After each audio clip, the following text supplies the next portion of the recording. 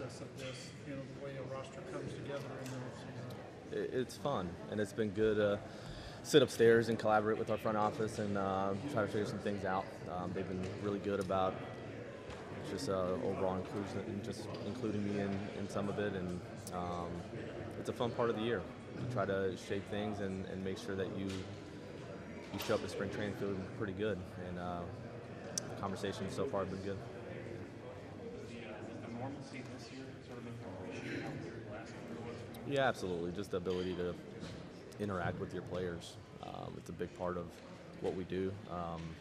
So that's yes, it's a lot better. Obviously, your current roster is probably not the entire roster that comes from the game, but with the two currently standing, what do you think is the strength about this club coming into 2022? Gosh, when you look at, we got some performers. When you look at our corners, those guys performed extremely well last year and are getting after it as we speak. Edmund Donovan did a really nice job up the middle. When you look at Gorman and the offseason he's having right now and just addressing certain things, you feel pretty positive about that. And then we've talked about it quite a bit, our outfield, and getting production out of them. The way they're going about it right now and addressing their offseason also is encouraging. So, yeah, we look forward to it. Players talk about good situations, bad situations. When you talk to them in these meetings, does word get around that the Cardinals are a good place to play, a baseball city, a good culture? Yeah, I think that's known, and we've been known for that for a very long time. People respect the way we go about our process and our overall culture and just the stability of the organization. So there's a lot of respect whenever you sit down with these players and talk to them about what the possibilities are. It's definitely an advantage for us. Yeah. You look at the outfielders you have on the roster right now. Who would you say you would preference to put in center? It's wide open. It really is. It's competition. I've said it quite a bit over the last year, and we'll go into spring training that way. We have guys that can play center and guys that have shown they're obviously pretty good in the corners, but it'll be a competition. Have you been able to watch much film on Jordan Walker? I know you got to know him a little bit in spring training last He year. hits the ball hard. Is that Yes, a plus? That's a plus. He hits it really hard. But no, there's other intangibles that go along with just his exit velocity. This is a guy that processes information well, very coachable. He's just the way he goes about it, it's pretty professional, especially for his age. But if you're just talking about his skill set, it's elite, and we look forward to seeing it. Paulie, what have you learned in the last year, and how have you grown as a manager and as a person? I'm sure that the job kind of grew on you a little bit. Yeah, the way I was just asked that moments ago, and the way I'd answer is that honesty plays at the big league level. Those guys don't want to guess where they stand or what you're thinking, and it's always good to be able to tell them exactly what you're thinking and be honest with them. And they have the ability to be honest with me if they see something that they don't like. So I would say that honesty is a good way to go about addressing your staff and your players. Does one get comfortable after 1 year, or are you still pretty comfortable in the role? How would you describe your? It defines how you define comfortable. How would you Am I settling in? Yes. I don't think you ever want to be comfortable. You're always wanting to figure out what else can I be doing to improve our situation, our organization. So, but am I settling in? Absolutely. Yeah. How long did it take you to get over the playoffs, or do you ever get over it? Or is it still lingering? The way you asked that wasn't for like I'm over it, but I'm not. Yeah. No, I don't think you ever do, and it's good to not kind of just get over it. Do you learn from it and kind of put it aside? Absolutely, but it's something that hopefully, eats at all of us for a little bit. It's what winners do. They hate losing. So, yeah, it stinks, but we'll move on. This past year, the lineup produced two of the top three vote getters. Yeah. And Albert Pujols had votes like you. Yes, he did. But beyond that, production kind of was inconsistent. Agreed. In the radiated group. How do you address it? Do you count on improved performance from some of the guys who've been for years? Yeah, I think you. The mix. No, I think you address it a couple different ways, and part of it is what we're doing right now during these meetings. Is you're finding catcher that you can insert into the middle of the lineup. But you're also counting on higher production from certain guys. Tyler O'Neill is going to have to produce more than he produced this year, and he's going about it in a way that's going to give him the best shot to do that. You look at Carlson and some of the other guys, like, they're going to take this offseason very serious, and at the end of the day, put very plainly, they're going to have to produce at a higher rate. Is it a couple of those guys you mentioned, health, or is there more to it? A little bit. Some of it was health this year, and it's hard to get into a rhythm whenever you're in and out of the lineup due to injury. And then some of it is also approach-based, mechanics-based, a combination of all of it. So, yeah. What's today's date? Yeah. December 6th. Okay. Give me a couple months. No. Very true. Who's your opening day? That is so true. What do you, maybe not who, I how much in flux is the leadoff spot, and how much do you think that plays? We have some options there, and I haven't. Yeah, we have some options to be able to lead off, and as we get closer, it'll be a little more defined, and as we go through spring training, even more. But at the moment, I know it's not you. It's basically it. Yeah. Wow. Yeah. What's your about wanting needing lineup protection around the Goldschmidt and Arenado. There's been a lot of talk this offseason about maybe the value of left-handed hitters on the rise and some of the changes we're going to see in the game. Do you feel like you guys, the lineup needs a left-handed presence that's not currently on the team? Do you see maybe that coming from a guy like Nolan Gorman if he improves? What is it? Yeah, and that's the thing. Like, can you go get a left-handed bat? Absolutely. I think that's part of the conversation, but it's also what can we count on with what we have? Like, can we count on Burleson having a good offseason and coming in and being able to produce similar to what he did in AAA?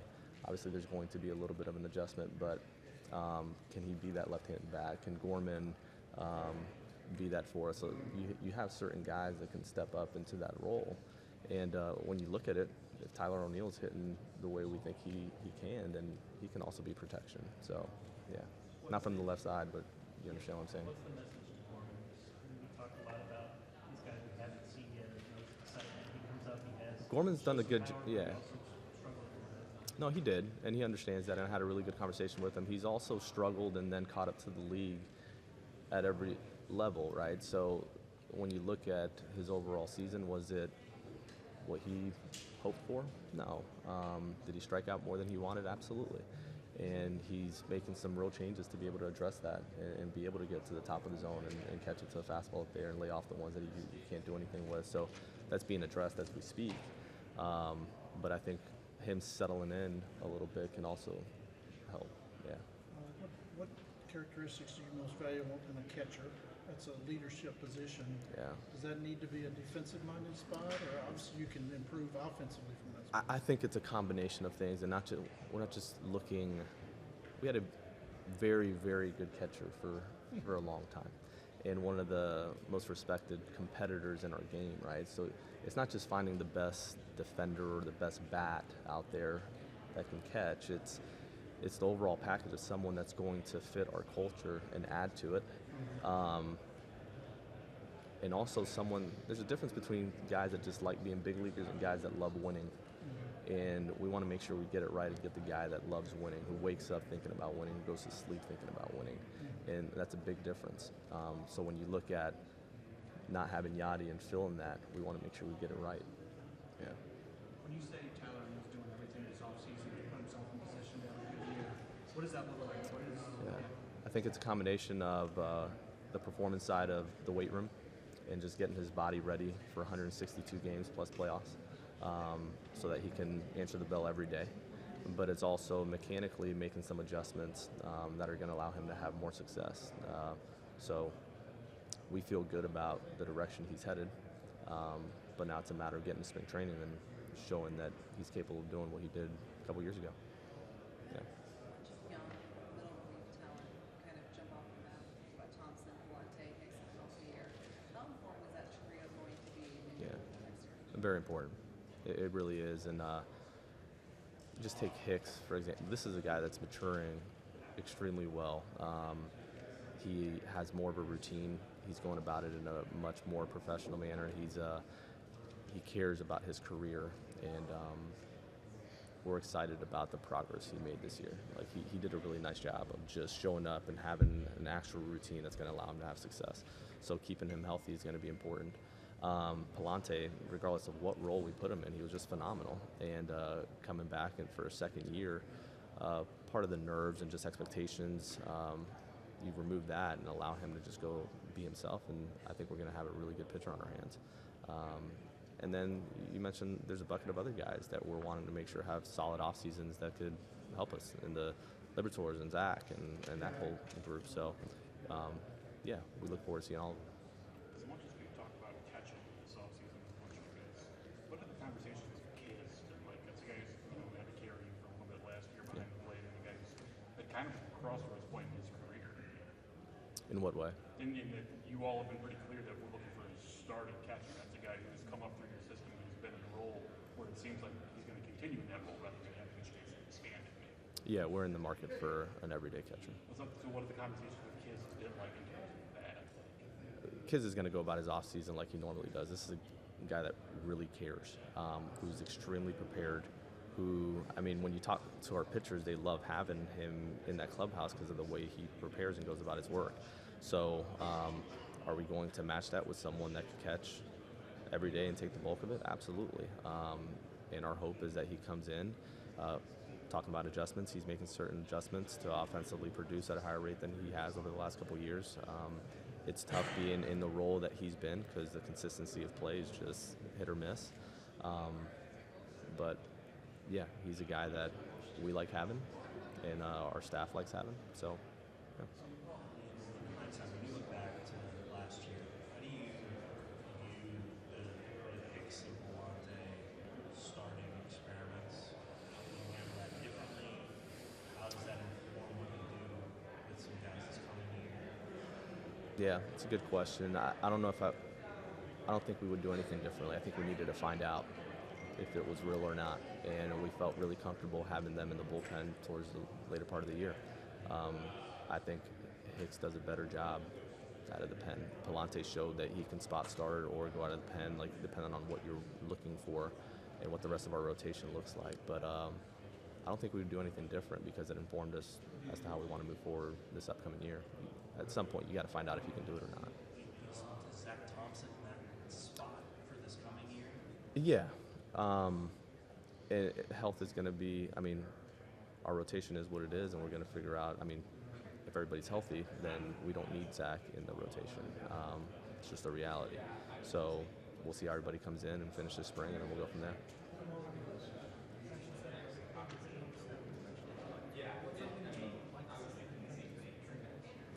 Being able to command the fastball. Yeah, he leaves it at the top of the zone quite a bit, and it gets hit. Not a lot of swing and miss on it. So his ability to command that pitch is going to be a key.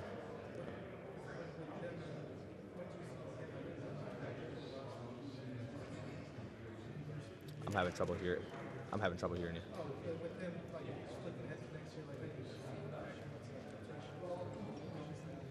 I hope all those guys we're talking about make it really difficult on us.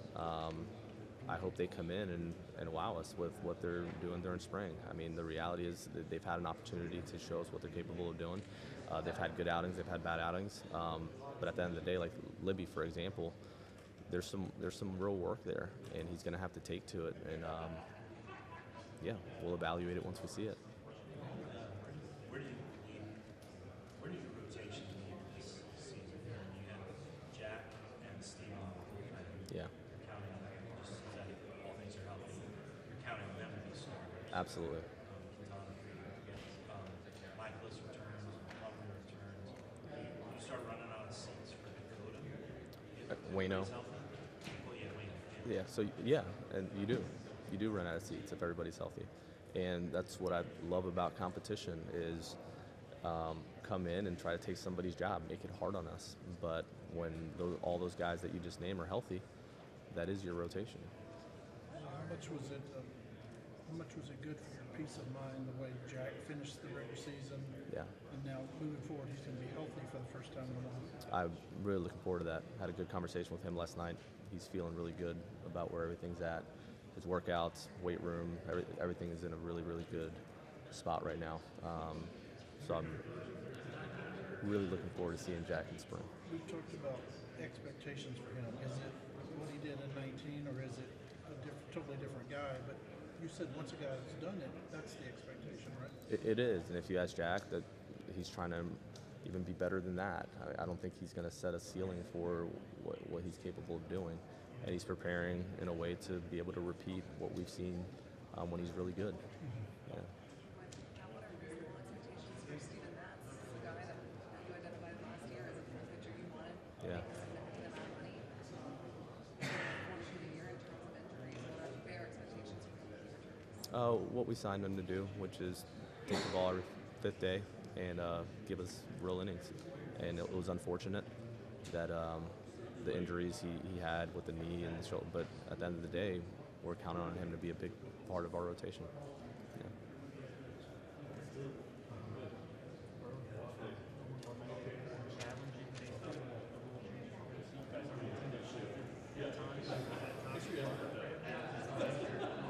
I actually think he impressed me with his defense more than I anticipated. Like I thought he did a really nice job.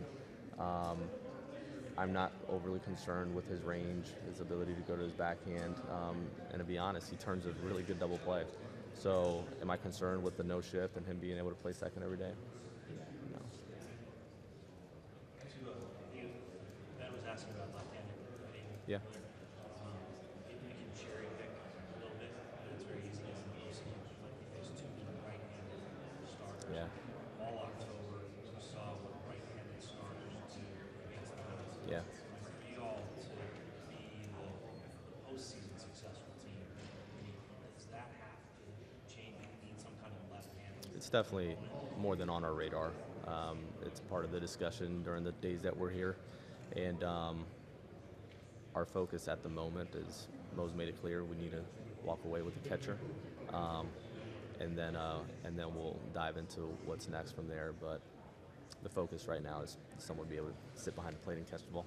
Yeah, I think that's obviously you can't have the ball go to the backside. it's by rule. Yeah, yeah, And that's a lot of extra bases to Yeah. give up, which I know you guys want to avoid. yes. Speaking of extra bases, to have that kind of production on the left side, is that essential now? Is that, I mean, all there, Parker, Schroeder, is that just how the game's played? To put the point on it, you struggle against right-handed pitching, top right-handed pitching. You know that even when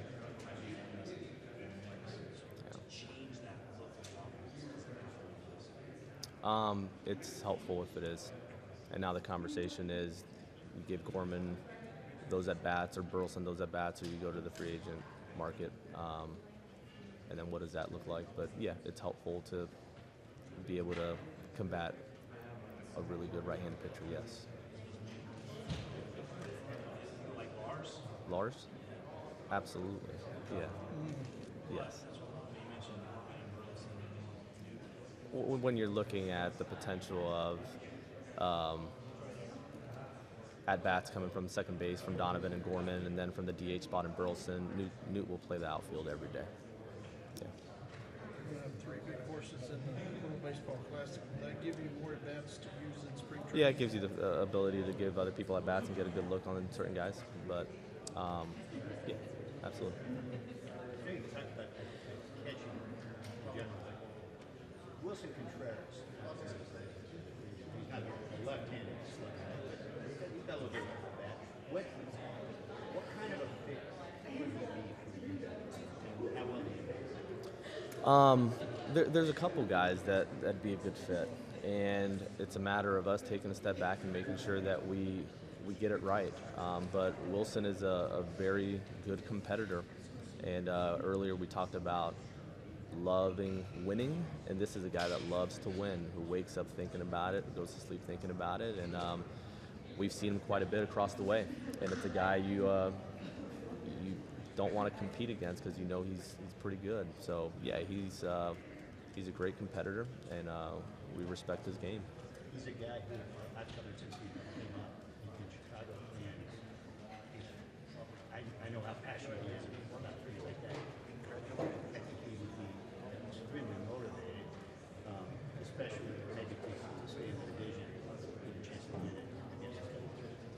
come into play at all? Like, when you consider a guy like that, you want to come in with a chip on his shoulder, who's already kind of got that edge? Does it have crazy weight? No, because you're more evaluating his skill set and just overall competitive nature, not so much just because he's going to be competing across the way from the team he just came from. I think there's other attributes that we would weigh a lot more than that. But if we're saying, is he a competitor that loves winning? Yes. Yeah. My understanding is that you may have talked to him fairly recently. Did you learn anything about him that you didn't already know? Yeah, I was able to spend some time with him, and me and Mo spent a decent amount of time with him and his agent, and it was a good visit. It really was. When you set aside everything from a competitive, seeing him across the way, and you're just having a conversation with him and learning kind of what drives him and what motivates him and what he's looking for moving forward, it's telling. So yeah, we enjoyed our visit.